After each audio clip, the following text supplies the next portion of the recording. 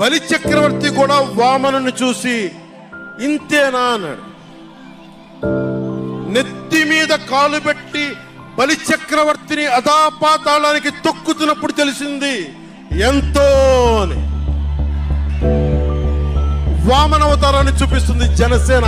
జగన్ గుర్తుపెట్టుకో, అధాపాతాళానికి తొక్కకపోతే నా పేరు పవన్ కళ్యాణే కాదు, మా పార్టీ జనసేనే కాదు, మర్చిపోకో.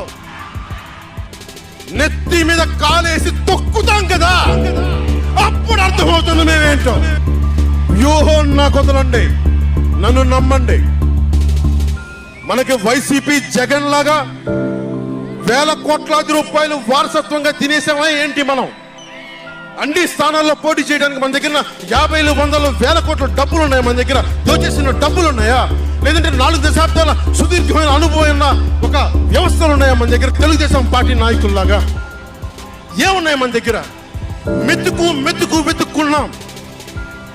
సామాన్యులు రాజకీయం చేస్తే తట్టుకోలేరు. జగన్ సామాన్యుడు రాజకీయం చేస్తే ఇలాగే ఉంటది.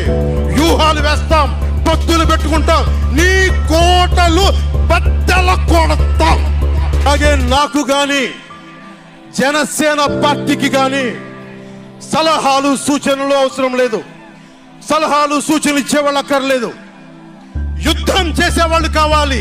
కొత్త రక్తంతో, కుతలాడే రక్తంతో, గుండెలు చరించుకునే యువ రక్తం కావాలి. దాష్టికాన్ని నిలబడే యువకులు కావాలి. కత్తులు పట్టుకునే వీర మహిళలు కావాలి.